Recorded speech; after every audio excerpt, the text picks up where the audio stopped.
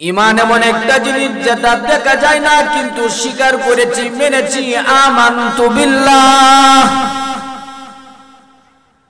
আমানতু বিল্লাহি ওয়া মালাইকাতিহি ওয়া কুতুবিহি ওয়া রুসুলিহি ওয়াল ইয়াউমিল আখির ওয়াল কদরি খাইরিহি ওয়া শাররিহি মিনাল্লাহি তাআলা ওয়াল বা'সি বাদাল মাউত।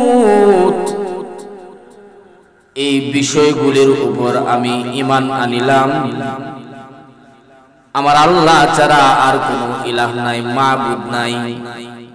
জবানে স্বীকার করলাম, অন্তরে বিশ্বাস করলাম। এটার নাম কি? ঈমান। আল্লাহর ফেরেশতা আছে, যত ফেরেশতা আছে জীবনে কোনোদিন চোখ দ্বারা দেখি নাই, কিন্তু তাদের উপর বিশ্বাস স্থাপন করলাম, ঈমান আনলাম। ওয়া মালাইকাতিহি ওয়া কুতুবিহি, আল্লাহ তাআলার কিতাবগুলোর উপর আমি ঈমান আনলাম। ওয়া রুসুলিহি, রসুলগণকে দেখি নাই কিন্তু রসুলগণ সত্য, তিনাদের উপরে আমরা কি আনলাম? ঈমান আনলাম। অর্থাৎ দেখা যায় না অদৃশ্য কিছু জিনিসের উপর বিশ্বাস স্থাপন করার নাম হলো ঈমান। আর ঈমানটা এমন একটা জিনিস যে দেখা যায় না, জিনিসটার উপরে ঈমান আনার কারণে জিনিসটার দাম না মানুষটার দাম বেড়ে যায়। সুবহানাল্লাহ বলেন। কেমন বেড়ে যায়? যে একজন ঈমানদারকে আল্লাহ তাআলা সব চাইতে নিম্নমানের যে জান্নাত পুরস্কার দিবেন, সেই জান্নাতটা হবে এই দুনিয়ার 10 দুনিয়ার সমান একটা জান্নাত। তাহলে একদল মানুষ দেখা যায় জিনিসের উপর শ্রম দেয়, সময় দেয়, দেখা যায় জিনিসের উপরে শ্রম দিলে, সময় দিলে জিনিসটার দাম বাড়ে। কথা মনে রাখতে হবে। আর দেখা যায় না জিনিসটার উপরে শ্রম দিলে, সময় দিলে জিনিসটার দাম বাড়ে না, মানুষটার দাম বাড়ে। মানুষটাকে এমন পর্যায়ে পৌঁছায় যে দুনিয়াতে মানুষটাকে সম্মানের এবং আল্লাহ তাআলা দুনিয়াতে মানুষটাকে দামি এবং সম্মান দিয়ে জান্নাতে আখিরাতে জান্নাত দিয়ে সম্মান দিবেন। সুবহানাল্লাহ।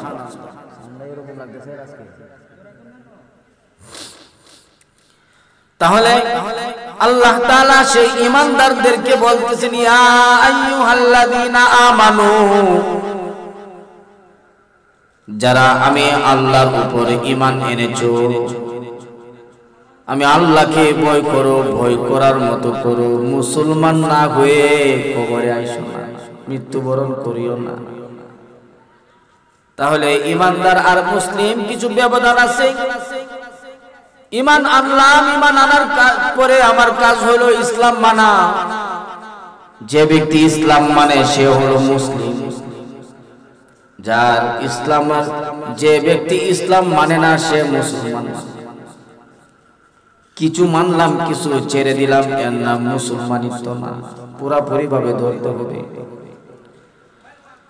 আল্লাহ তাআলা যে বলেছেন আমি আল্লাহকে ভয় করো, ভয় করার মতো করো।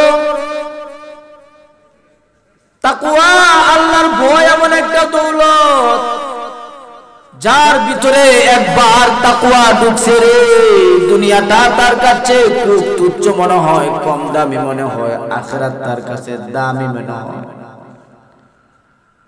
যার ভিতরে তাকওয়া নাই, আল্লাহর ভয় নাই, তার দ্বারা দুনিয়ায় সবকিছু করা সম্ভব। যে ব্যক্তি গুনাহ করে, গুনাহ করার কারণ কি জানেন? যে ব্যক্তিটা আল্লাহর ভয় নাই বলে গুনাহ করতেছে, পরের হক নষ্ট করে, বান্দার হক, আল্লাহর হক নষ্ট করে ফেলতেছে। কারণ হইল আল্লাহর ভয় নাই।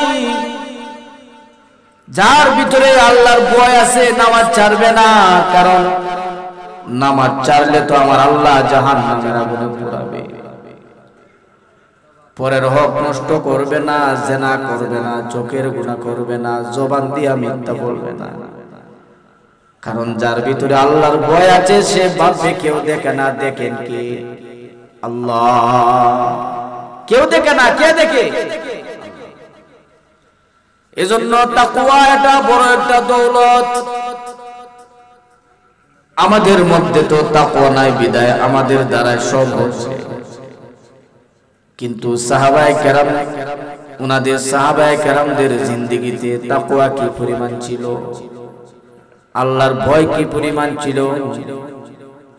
একজন সাহাবী আল্লাহর রাসূলের দুস্থ বন্ধু, নাম হলো হযরত আবু তালহা রাদিয়াল্লাহু তাআলা আনহুর জীবনী তালাশ করে দেখেন কি পরিমাণ ভয় পাইতেন।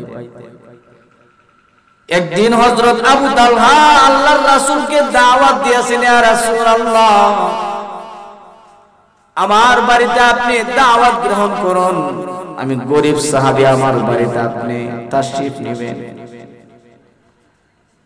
আল্লাহ রাসূল সাল্লাল্লাহু আলাইহি ওয়াসাল্লাম, সাহাবায়ে কেরাম, হযরত ওমর, হযরত আলী, হযরত উসমান, হযরত আবু বকর সিদ্দিক রাদিয়াল্লাহু তাআলা আনহুগণ প্রমুখ সাহাবায়ে কেরামগণকে নিয়ে রওনা হয়েছে। হযরত আবু তালহার বাড়িতে হাজির হয়েছে। বাড়ির উঠোনে দাঁড়াইয়া হযরত আবু তালহার সাথে কথা বলতেছেন। সাহাবায়ে কেরামগণ আল্লাহর রাসূলের পাশে দাঁড়িয়ে আছেন, চুপচাপ দাঁড়িয়ে আছেন, কেউ নড়াচড়া করে না, কোনো কথা বলে না।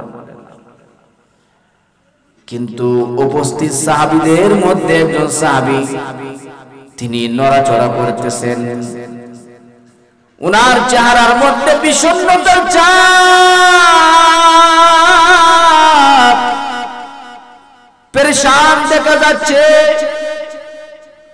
নাম হলো হযরত ওমর রাদিয়াল্লাহু তাআলা আনহু।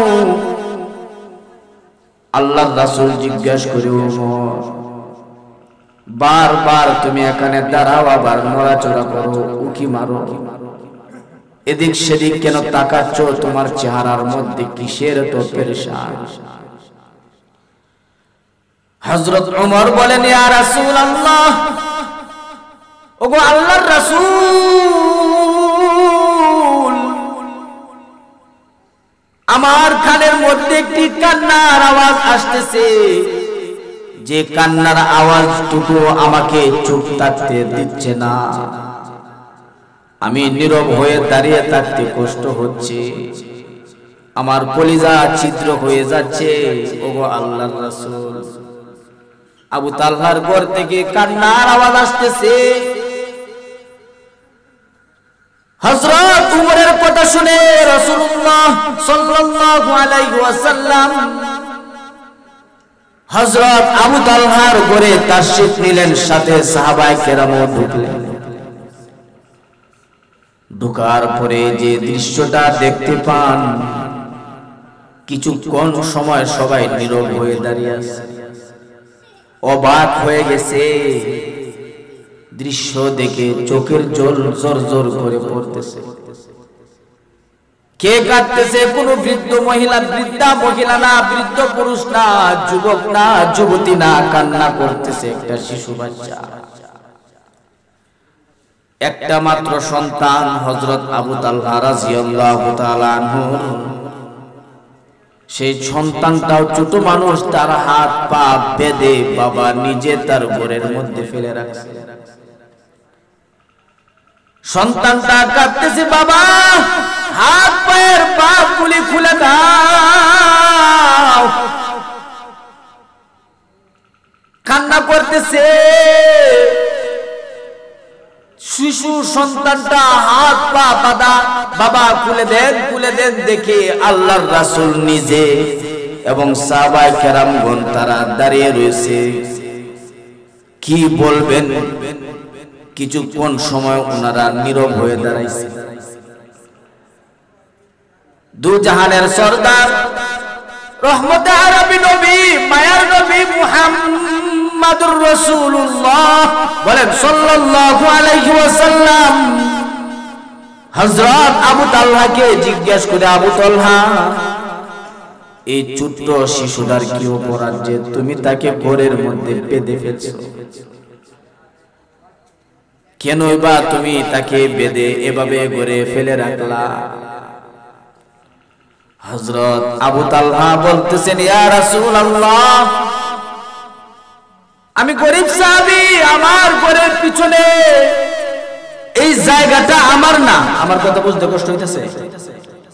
আমি গরীব সাহাবী, আমার ঘরের পিছনের যে জায়গাটা এটা আমার না,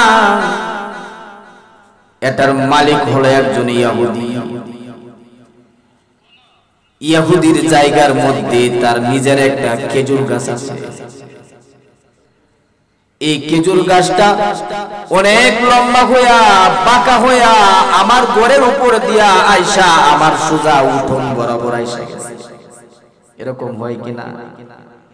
আর একজনের সুপারি গাছ দেখবেন আপনার উঠোনে বাইকে আইছে, আছে না নাই? একটু আওয়াজ করে বলেন, কথা বলতে কষ্ট হইতেছে?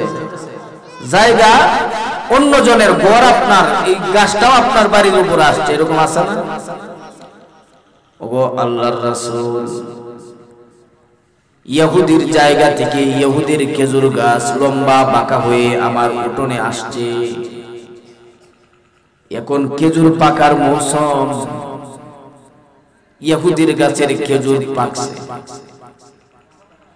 এই পাকা খেজুর গুলা পাখিরা কুড়ায়া কুড়ায়া কে ফেলে। পাখি খাওয়া খেজুর গুলা কুড়ায়া আমার উঠোনের উপরে পড়ে যায়।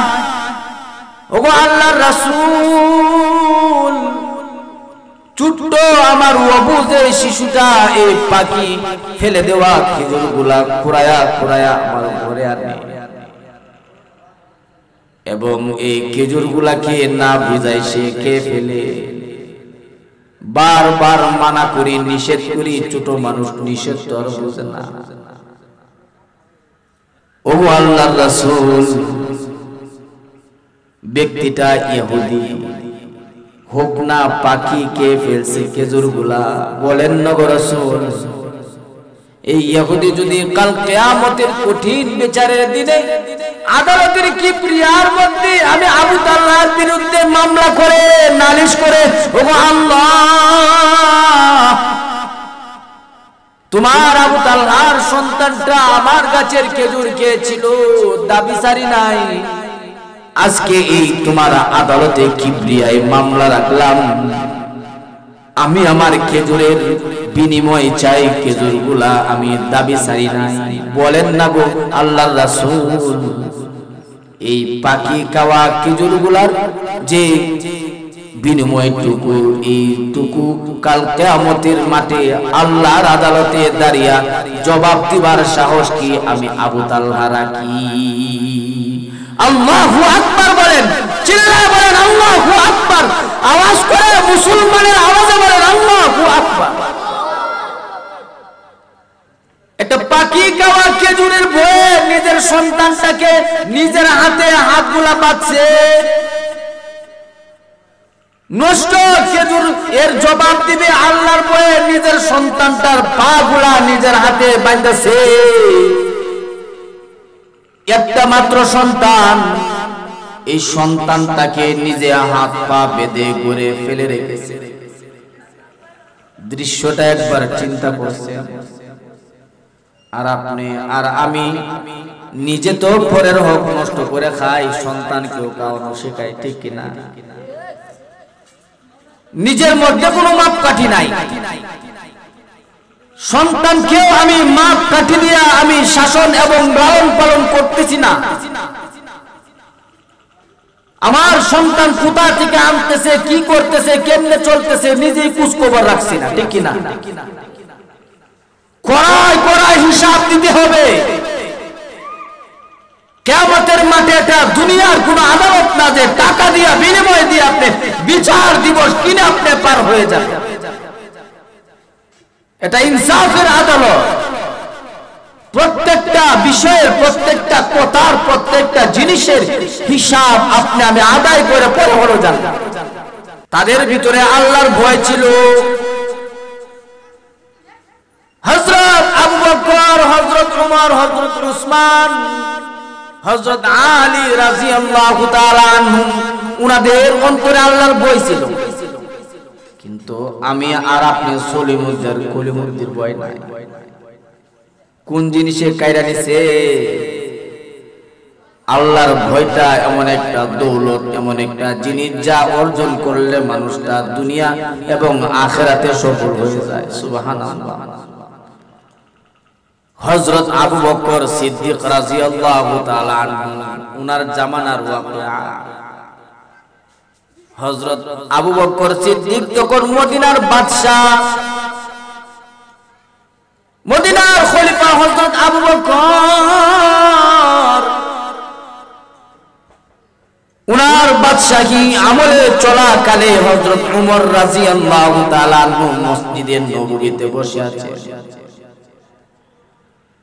মসজিদের মধ্যে বিভিন্ন ক্যালেন্ডার টানানো থাকে কিনা, এইভাবে মসজিদের মধ্যে একটা লিস্ট টানানো আছে। কিসের লিস্ট? কোন যুদ্ধের মধ্যে কোন সাহাবী আল্লাহর রাসূল এবং আল্লাহর প্রেমিক শহীদ হয়ে গেছে, গরে কি বৃদ্ধা মা এবং বৃদ্ধ বাবা আছে কিনা, ছোট্ট শিশু আছে কিনা, এবং ওনার বিবি পরিবার কেমনে চলতেছে, এই হালত জানার জন্য প্রতিটা শহীদের নামের সাথে একজন করে খাদেম লাগায় দিয়েছে, যে অমুক পরিবারের খোঁজ খবর অমুক রাখবেন। হযরত ওমর এই লিস্টটা মনোযোগ দিয়ে দেখতেছেন। সবার শেষ একটা নাম একজন মহিলার, মহিলাটার নাম লেখা ঠিকই, কিন্তু এই বৃদ্ধ মায়ের নামের সাথে কোনো খাদেম নাই। হযরত ওমর ভাবতেছেন সুযোগ পাইছি, এই যে নাম নাই, এই খাদেম নাই, আমি ওমর এটা নীরবে সবার চোখের আড়ালে মনের অজান্তে আমি খেদমত করব। সকাল বেলা ফজরের নামাজ পড়ে হযরত ওমর এই বৃদ্ধা মায়ের বাড়িতে হাজির হয়েছে। দরজায় কড়া নাড়ছে, কড়া আঘাত করছে, দরজার মধ্যে আঘাত করতেছে। বৃদ্ধা মহিলা ভিতর থেকে প্রশ্ন করতেছে, কে? হযরত ওমর বলেন, আমি ওমর। কোন ওমর রে? আমি খাত্তাবের ছেলে ওমর। আমার দরওয়াজায় ভোরবেলা কোন উদ্দেশ্যে? বুড়িমা, মসজিদে নববীতে লিস্ট দেখলাম, সকল মানুষের শহীদদের মা এবং বাবাদের নামের সাথে খাদেম লেখা আছে, আপনার নামের সাথে কোনো খাদেম নাই। আমি ওমর চেয়েছিলাম আপনার খাদেম হতে, একটু সুযোগ দেন না। আপনার কোনো খেদমত যদি প্রয়োজন হয়, বৃদ্ধা মহিলা, আপনি আপনার কাপড়গুলো আমি ধৌত করে দিই, তালা বাসন গুলা দেন, আমি এটা পরিষ্কার করে দেই। বৃদ্ধা মহিলা বলতেছে, ওমর, নামের সাথে খাদেম লেখা নাই ঠিকই, কিন্তু আমার একজন খাদেম আছে। সুবহানাল্লাহ বলেন, আওয়াজ করে বলেন আল্লাহু আকবার। ওমর রে, আমার একজন খাদেম আছে, তুমি আসার আগে আমার খাদেমটুকু আমার খেদমত করে চলে গেছে। হযরত ওমর ভাবতেছেন, কে সেই খাদেম, যে খাদেম ফজরের নামাজের আগে বুড়িমার সব প্রয়োজন মিটিয়ে চলে গেছেন। পরের দিন এই হযরত ওমর নামাজের আগে, আজানের আগে, ফজরের আগে তিনি বুড়িমার বাড়িতে হাজির। দরজায় কড়া নাড়াচ্ছে, জিজ্ঞেস করা হলো, কে?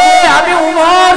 ওমর রে, গতকালকে তো আসলা, তোমাকে না বলছি আমার খাদেম আছে? ওগো মা, খাদেম আছে তো ঠিকই, আজকে তো তার আগে আমি আসলাম, একটু সুযোগ দেন না, আপনার কাপড়গুলো ধৌত করে দিই, আপনার কোনো হাজত থাকলে আমি মিটিয়ে দিই।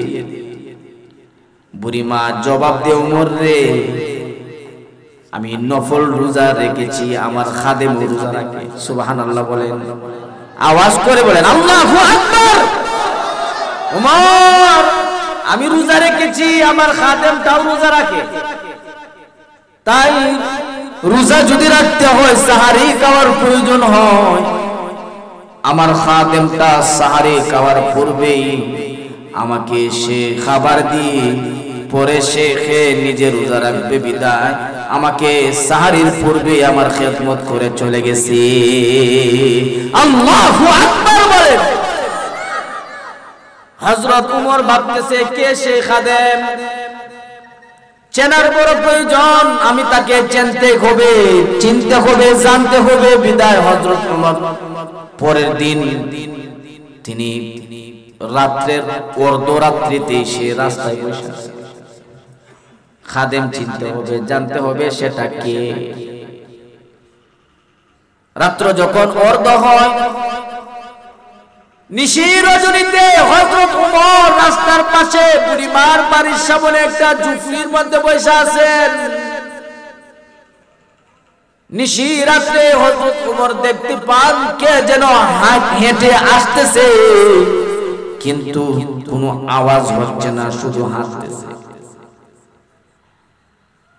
হযরত উমর ব্যক্তিটা সামনে আসলে হযরত উমর দাঁড়িয়ে গেলেন। প্রশ্ন করা হলো কে? যিনি উত্তর দিছেন, প্রশ্নের জবাব দিছেন, হযরত উমর এটার জন্য প্রস্তুত আর তৈয়ার ছিলেন না। হযরত উমর দেখেন উনি আর কেউ না, উনি বর্তমান মদিনার বাদশা, তিনি খলিফা হযরত আবু বকর সিদ্দিক রাদিয়াল্লাহু তাআলা আনহু। আল্লাহু আকবার বলেন, চিল্লায়ে বলেন আল্লাহু আকবার। হযরত উমর প্রশ্ন করলেন, খলিফাতুল মুসলিমিন, গভীর রজনীতে আপনি কোথায় যাচ্ছেন? হযরত আবু বকর বলেন, উমর রে, সবই তো জানো, তো প্রশ্ন করো কেন? দুদিন যাবত তুমি আমাকে চেনা আর জানার জন্য, দেখার জন্য খুব চেষ্টা করতেছো। উমর রে, কোথায় যাচ্ছি সেটা তো তুমি ভালো করে জানো। যাচ্ছি তো বুড়িমার খেদমত করতে।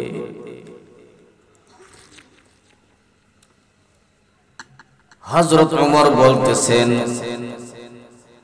আপনি তো এখন বর্তমান মদিনার বাদশা, মদিনার আপনি খলিফা, আপনি হলেন আমাদের আমির, আমাদের মুসলিম জাহানের আমির, খলিফাতুল মুসলিমিন। এই যে বুড়িমার খেদমতটুকু আমাদেরকে দিলেই তো হয়তো। সারাদিন আপনি রাজ্যের কাজ চালিয়ে আবার রাত্র না ঘুমিয়ে এই বুড়িমার খেদমত করেন, এটা তো বুঝলাম। বলেন না গো আমিরুল মুমিনিন, জুতা ছাড়া, জুতা বিহীন খালি পায়ে কেন আপনি এই রাত্রি বেলায় হাঁটতেছেন? মক্কা মদিনার রাস্তার মধ্যে পাথরের শুকরির টুকরা থাকে, বালুর কোনার সাথে মাঝে মধ্যে দাঁড়ালো কষ্ট ও যন্ত্রণাদায়ক পাথরও পাওয়া যায়। জুতা বিহীন হাঁটতেছেন, পায়ে তো ব্যথা লাগবে। হযরত আবু বকর রাদিয়াল্লাহু তাআলা আনহু মদিনার বাদশা হয়ে কি জবাব দিবেন শুনবেন? তৈয়ার আছেন? শুনতে চান? আওয়াজ করে বলেন, বলবো কিনা? হযরত আবু বকর বলেন, ওমর রে,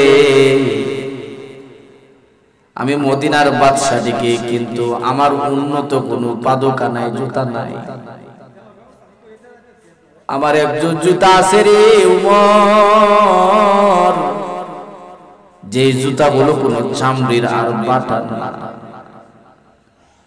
এফেক্সের না, উন্নত কোনো জুতা না, এটা কাঠের তৈরি। আগের মানুষ, আপনারা যারা মুরব্বীরা পা দিছেন মনে হয়, কাঠের তৈরি করো উমর রে। অন্ধকার রাতে গভীর রজনীতে মানুষ ঘুমিয়ে আছে, কেউই আল্লাহর কুদরতের পায়ে সিজদারত অবস্থায় আছে। আমি হলাম মদিনার খলিফা, বলো না রে ওমর, গরম পা দিয়ে যদি আমি হাঁটি, একটি গরম এই কাঠের জুতা আর একটির সাথে যদি টক্কর লাগে, টক টক করে আওয়াজ হয়। উমর রে, এই যে অন্ধকার নিশি রজনীতে আমি যখন গরম পা দিয়ে হাঁটি, এই যে আওয়াজটুকু হয়, এই আওয়াজে যদি আমার মায়ের ঘুম ভেঙে যায়, আবার জুতার আওয়াজ শুনে যদি কোনো বাবার ঘুম ভেঙে যায়,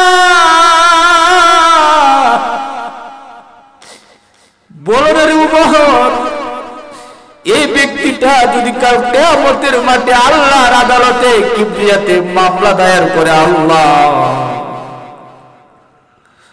তোমার আবু বকর মদিনার বাদশা ছিল, তার হাঁটার শব্দে আমার ঘুম ভেঙে গেছে, আল্লাহ আমি কিন্তু আজকে বিচার দিলে আবু বকর মাফ করতাম না। বলো না রে ওমর, আমি কি এই মদিনার বাদশা হয়ে আল্লাহর আদালতের কিবরিয়ায় দাঁড়ায় জবাব দেওয়ার সাহস কি আমি রাখি? আল্লাহু আকবার বলেন, চিল্লায়া বলেন আল্লাহু আকবার। এটা হলো তাকওয়া, আল্লাহর ভয়। রাস্তা দিয়ে হাঁটে না, জুতা বিহীন মদিনার বাদশা, মানুষের ঘুম ভেঙে যাবে। আর আমাদের দেশের নেতাদের এই অত্যাচার আর অবিচারের কারণে মানুষ ঘুমায় না,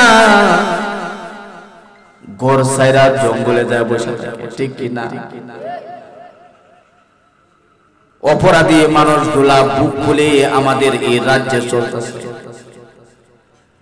আর নিরপরাধী মানুষ জেলখানায় পড়ে রয়েছে।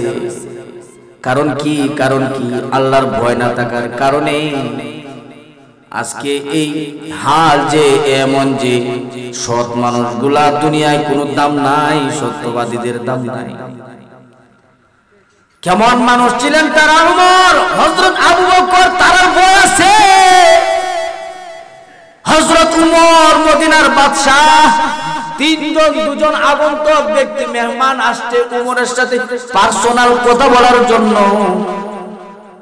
আসতে রাত্র হয়ে গেছে বিদায় হযরত উমর অফিসিয়াল কাজে লেখালেখি করে। মেহমানগণ আগন্তুকগণ বলতেছেন, খলিফাতুল মুসলিমিন আমিরুল মুমিনিন, আপনার সাথে কিছু পার্সোনাল কথা ছিল, একান্ত কিছু কথা, নিজের ব্যক্তিগত কথা। হযরত উমর বলেন, শুরু করুন।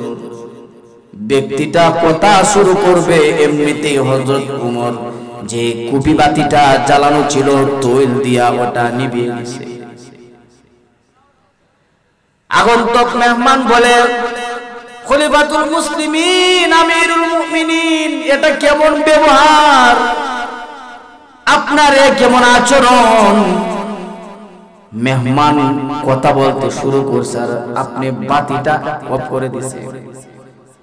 ঘটনা বুঝলাম না। হযরত উমর কিন্তু সাধারণ ব্যক্তি না। এই যে জবাব, এটা কি দিয়েছেন, এটা শোনার আগে আরেকটি জবাব শুনুন।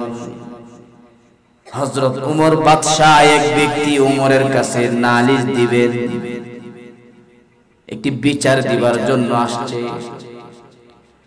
তখন ব্যক্তিটা এই হালতে বান্দে উমর নিজের হাতে কুয়া থেকে বালতি দিয়ে পানি উঠাচ্ছেন, নিজ হাতে বাদশা হয়ে নিজের কলসগুলা পানি দিয়ে ভরছে। নিজে বাদশা, নিজে অর্ধজাহানের পৃথিবীর বাদশা হযরত উমর, সাধারণ বাদশা না। উমরের ভয়ে বাঘ ছাগলের উপর অত্যাচার করে না, বন্ধ করে দিয়েছে। যে উমরের ভয়ে রাত্রে অন্ধকারে মানুষ দুধের মধ্যে পানি মিশাতে ভয় পায়, সে উমরের জামানায়, সে উমরের কাছে নালিশ দিবার জন্য ব্যক্তিটা দাঁড়িয়ে রয়েছে। তো দেখতে পান যে হযরত উমর নিজের হাতে কলসগুলা ভরেছেন, নিজের হাতে কলস ভরে নিজের কাঁধে নিছেন, দুই কাঁধে দুইটা কলস নিয়ে বাড়ির দিকে যাচ্ছেন।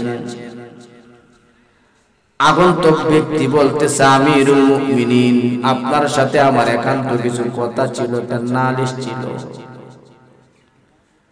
হযরত উমর বলতেছে, বলো তোমার নালিশ কি, তোমার কি কথা?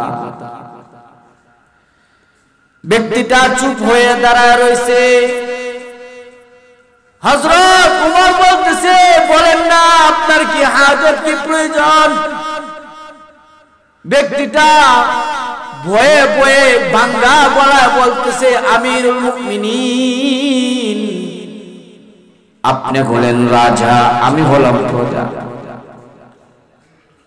আমি প্রজা হয়ে আমার চোখের সামনে নিজ কলসগুলা নিজের খাদে দাঁড়ায় রইছেন,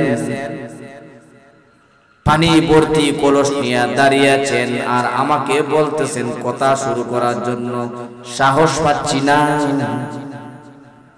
আপনি যদি এই খাদ থেকে কলসগুলা মাটিতে রাখেন তাহলে বলতে একটু সাহস পাই।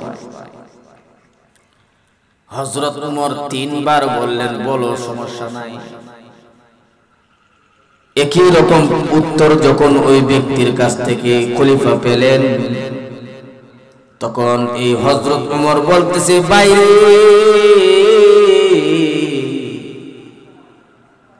আমার কাঁধে যে কলসগুলা, এই কলসগুলা হলো আমার নিজে। মাত্র কুয়া থেকে পানি উঠাইয়া ভরে আনলাম।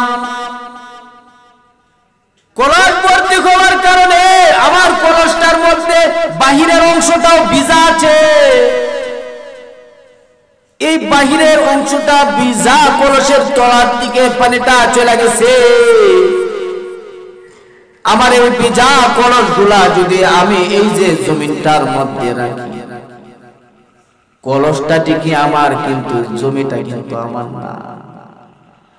আমি যে এই জমিনে আমার ভিজা কলসগুলা রাইখা তোমার সাথে কথা বলবো, এই যে ভিজা তলার অংশের মধ্যে যে এই জমিন থেকে ধুলা আর মাটি আমার কলসে লাইগা পড়ে যাবে, কাল কিয়ামতের মাঠে যদি এই যে ভিজা অংশের বালির কারণে এই জমির মালিকটা আমি উমরের নামে মামলা করে আল্লাহর কিবরিয়াতে আদালতে কিবরিয়া দাঁড়ায় যদি বলে, আল্লাহ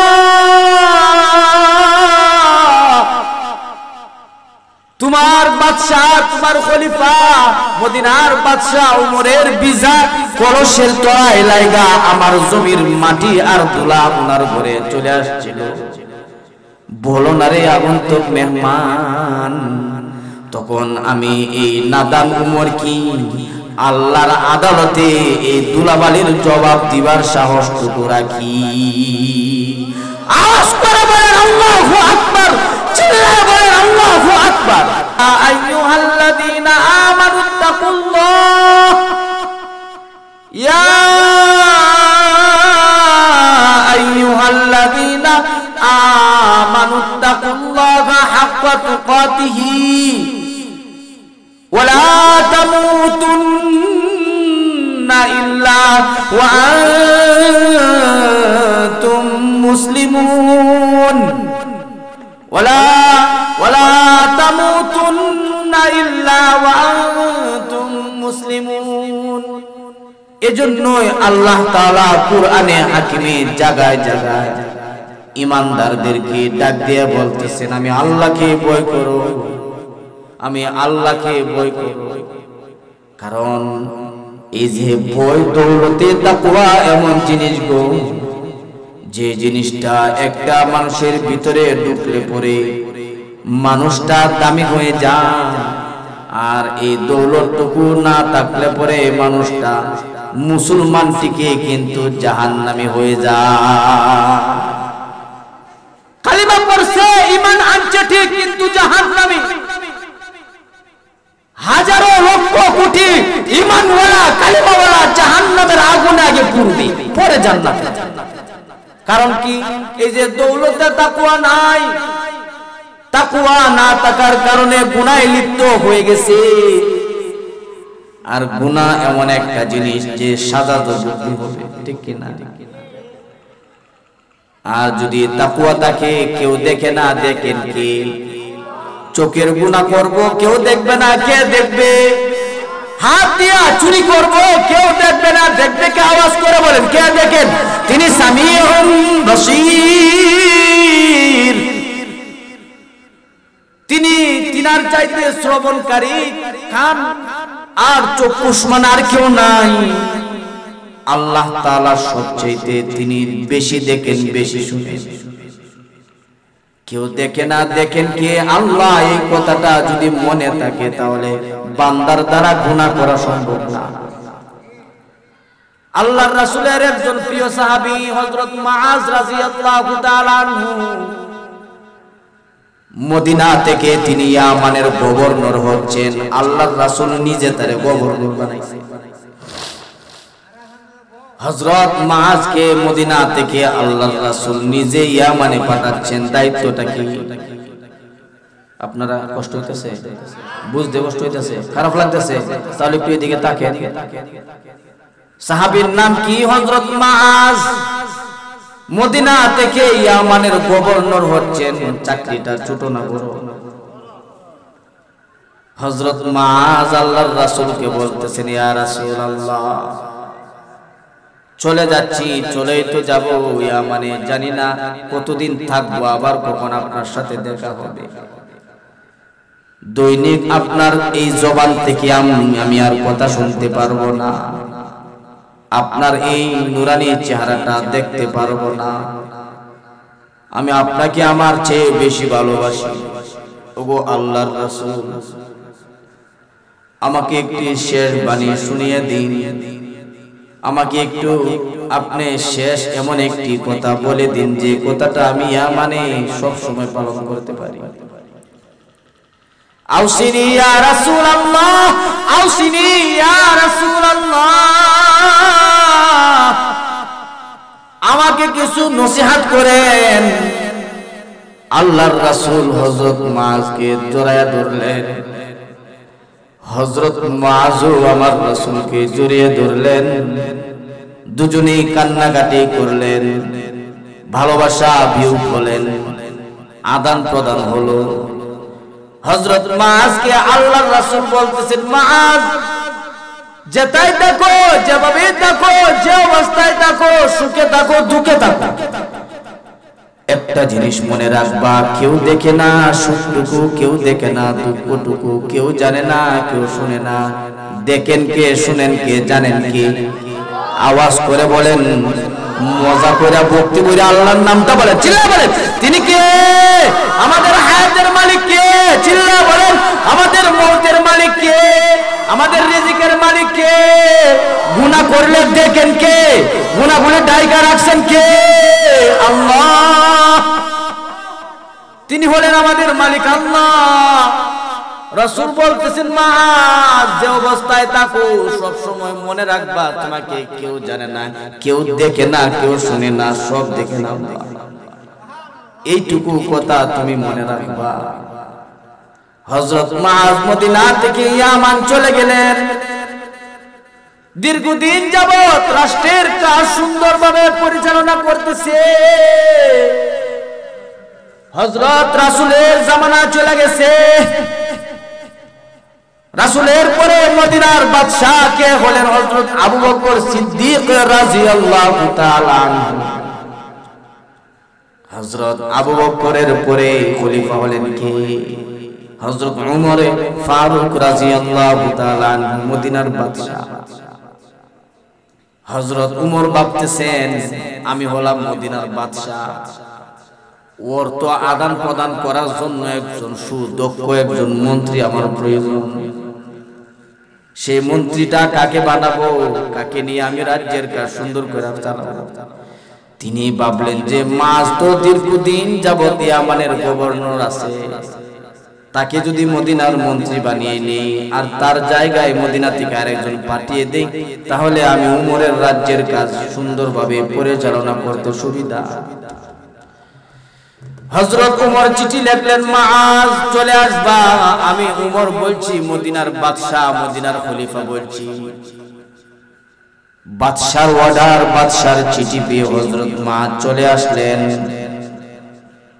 ছিল মদিনার ইয়ামানের গভর্নর, এখন মদিনার মন্ত্রী। দাম বাড়ছে না কমছে? মদিনা যখন হযরত মুআজ আসলেন, দুর্ভিক্ষ দেখা দিছে, অনাবৃষ্টি হয়ে গেছে, জমিন চৌচির হয়ে পাইটা গেছে, কৃষকদের ফসল নাই, খেজুর বাগানীদের গাছে খেজুর নাই, বকরির ওলান উটের ওলান শুকায় গেছে, খাদ্যের খুব অভাব দেখা দিছে। ইতিমধ্যে মদিনায় ত্রাণ আসছে, কোথায় থেকে জানি ট্রাক ভরে মাল আসছে।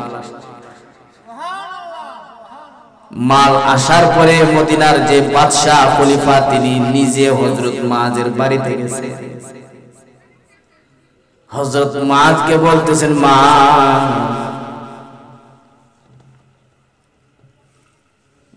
মুআজকে বলতেছেন, মুআজ রে, তুমি তো অর্থ মন্ত্রী, সুতরাং তোমার হাতে আমি এই অর্থ করে তুলে দিলাম।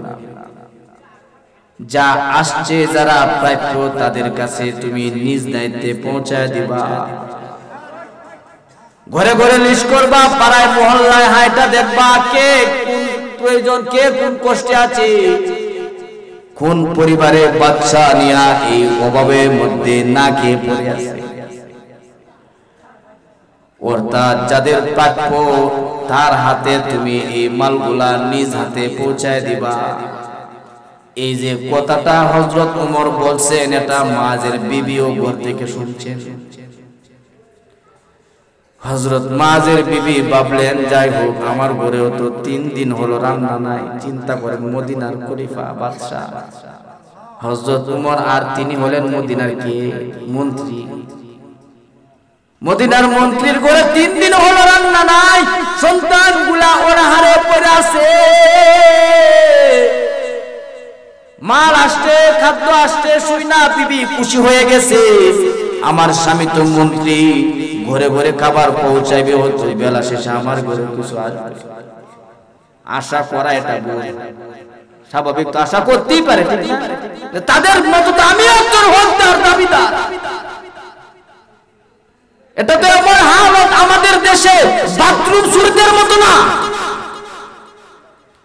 মাদ্রাসা আর মসজিদের মাল যারা খেয়ে ফেলে তাদের মতো মন্ত্রী না।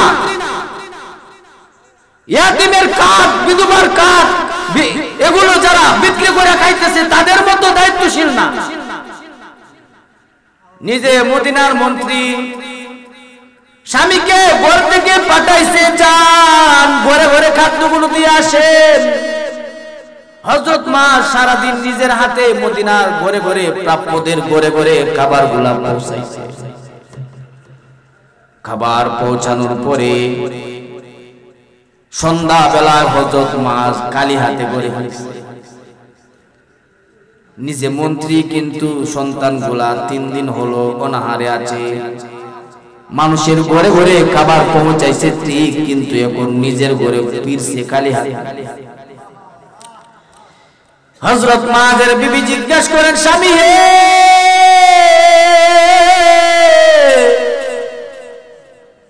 নিজ হাতে মদিনার অভাবীদের ঘরে ঘরে খাবার পৌঁছাইলেন, তাদের তালিকার মধ্যে আমার এই সন্তানগুলার নাম কি উঠে নাই?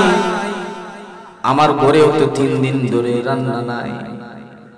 হযরত মুআজ বলেন, বিবি গো, কেমনে আনি? যদি আমার চাইতে আমার ঘরে 3 দিন ধরে প্রয়োজন রান্না নাই, যদি মদিনায় আরেকটি ঘর এমন থাকে যে 4 দিন হয়ে গেল রান্না নাই। বিবি রে, এই যে ভয়টা, এই ভয় আমার অন্তরে থাকার কারণে আমি এই খাদ্যটা পেয়েও আনতে পারি নাই, কারণ কেউ দেখে না আমাকে। একজন সব সময় চোখে চোখে রাখে, একজন দেখে। তিনি কে? তিনি কে? আওয়াজ করে বলেন। মন্ত্রী যদি খাদ্য নিয়ে আসতো কেউ দেখতো, হযরত ওমর নিজেও দেখতো না, কিন্তু দেখেন কে? এই যে বলছে আমাকে একজন চোখে চোখে রাখে। বিবি ভাবছে যে ওমর মনে হয় লোক লাগায় রাখছে, একটু বেশি বুঝছে, এরকম আছে না মানুষ, কয় একটা বুঝা আর একটা। এই যে বেশি বুঝাটা দিন দেখছে। হযরত মুআজের বিবি পাশের বাসার মহিলাদেরকে বলে, ছিল ইয়ামানের গভর্নর বানাইলো মদিনার মন্ত্রী, এখন সন্দেহ কইরা পিছনে লোক লাগায় রাখছে। এই যে সন্দেহ সৃষ্টি হইল আর এই ভুল কথাটা চরাচরি হয়ে গেল মদিনার গলিতে গলিতে। হযরত ওমর মদিনার রাস্তা দিয়ে হাঁটতেছে, মানুষেরা বলতেছে মাআজ ছিল ইয়ামানের গভর্নর, ওমর নিজে মদিনার বাদশা হইয়া মাআজকে মন্ত্রী বানাইয়া এখন পিছনে লোক লাগায় রাখছে। সন্দেহ করে তাহলে ইয়ামান থেকে আনার কি দরকার ছিল? এই কথাটা খলিফা নিজের কানে শুনছেন। হযরত মাআজ এবং ওনার বিবিকে সামনে দাঁড় করাইছে। হযরত মাআজ রাসূলের সামনে দাঁড়াইয়া তরতর করে কাঁপতেছে। আল্লাহু আকবার বলেন, আওয়াজ করে বলেন আল্লাহু আকবার। নিজে খলিফার সামনে দাঁড়িয়ে কম্পন সৃষ্টি হয়ে গেছে, কারণ এটা এমন একটা মন্ত্রিসভা, এমন একটা বাদশাহীর আসন যেখানে ইনসাফবিহীন কোনো কাজ চলে না। এমন একটা বাদশার আসন এটা, এমন একটা রাজ্যসভা এটা যেখানে কোনো 2 নম্বরই চলে না, ঠিক না? হযরত ওমর তো সাধারণ ব্যক্তি না, হ্যাঁ? একটা বিষয়ে রাসূল একজন মুসলমান আর একজন কাফের জমাজমি যে কোন একটা বিষয় নিয়ে তারা বিরোধ, আল্লাহ রাসূলের কাছে গেছে বিচার লইয়া, আল্লাহ রাসূল সাল্লাল্লাহু আলাইহি ওয়াসাল্লাম সমাধান দিছে এই জমিটার মালিক হইল কাফের। এই শালা মুসলমান হেরে এর মানতে সহজ ভালো লাগতেছে না। হযরত রাসূলের কাছ থেকে রায় নিয়ে আসছে ওমরের কাছে, হেডে মানতে খুব কষ্ট হইতেছে। হযরত ওমর জিজ্ঞাসা করে কেন আসলা? নবীজির কাছে গেছিলাম, আমি জানি সম্পত্তিটা আমার, জায়গাটা আমার, কিন্তু এই ইহুদির পক্ষে রায় দিছে। হযরত ওমর জিজ্ঞাসা করে তাহলে আমার কাছে আমনে অনেক রায় দেন। ইহুদি মনে করছে মুসলমান তো হে মনে করতেছে আমার পক্ষে মনে হয় দিব, হ্যাঁ? হযরত ওমর বলল একটু বসো, আমি আসতেছি। এই যে ঘরে বসাইয়া আসে উনি রুমে গেলেন। হযরত ওমরের তলোয়ারটা ঘরের রুমে টানানো ছিল, তলোয়ারটা নিয়ে সোজা এই মুসলমানের সামনে আসছে। আয়েশা বলতেছে এই বেটা, আমার নবী রায় দিয়া দিছে, সেটা মানুষ নাই, আশ্চর্য। আমি ওমরের কাছে ভাবলে কেমনে যে আমি রাসূলের আদেশ আর রাসূলের রায়ের উপরে আমি কথা বলবো। তোর মতো উম্মতের কোনো প্রয়োজন নাই, যে আমার রাসূলকে মানে নাই তাকে আমি দুনিয়াতে থাকতে দিব না। এই কথাটা বলে হযরত ওমর একটা খুব দিয়া তার গর্দানটা থেকে মাথাটা আলাদা করে দিছি। আল্লাহু আকবার বলেন। ইহুদি তো আয়া মুসলমানের গলা উঠে গেছে, তলোয়ার বাকিটা তোরে না আমার তোরে এ কি জায়গাত আছে, এক দুধ দে বাইরেছে সর্বনাশ।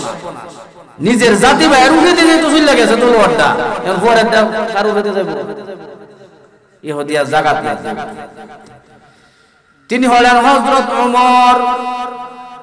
বলতেছিলাম উনার সামনে হযরত মাআজ দাঁড়ায় রয়েছে। হযরত মাআজের বিবি খলিফাতুল মুসলিমিন আমিরুল মুমিনিনের সামনে দাঁড়িয়ে আছে। হযরত ওমর জিজ্ঞাসা করে মাআজ, আমি কি তোমার পিছনে লোক লাগিয়ে রেখেছি, তোমাকে আমি অবিশ্বাস করি? হযরত মাআজ বলে আমিরুল মুমিনিন খলিফাতুল মুসলিমিন, এই কথাটা আমার জবান দিয়ে আমি কাউকে কোনোদিন বলি নাই, এত সাহস আমার হয় নাই। আর আপনি তো এরকম কাজ আমার সাথে করেন নাই, তো এটা বলবো কেন? তাহলে মদিনার গলিতে গলিতে কে এই কথা ছড়াইছে? আমি উমর নিজের কানে শ্রবণ করেছি, শুনতে পাচ্ছি। ছিলে আমাদের গভর্নর হয়ে গেলে মদিনার এখন কি মন্ত্রী, তোমার পিছনে আমি লোক লাগিয়ে রেখেছি, চোখে চোখে রাখি তোমার। এই কথাটা বলছে কে?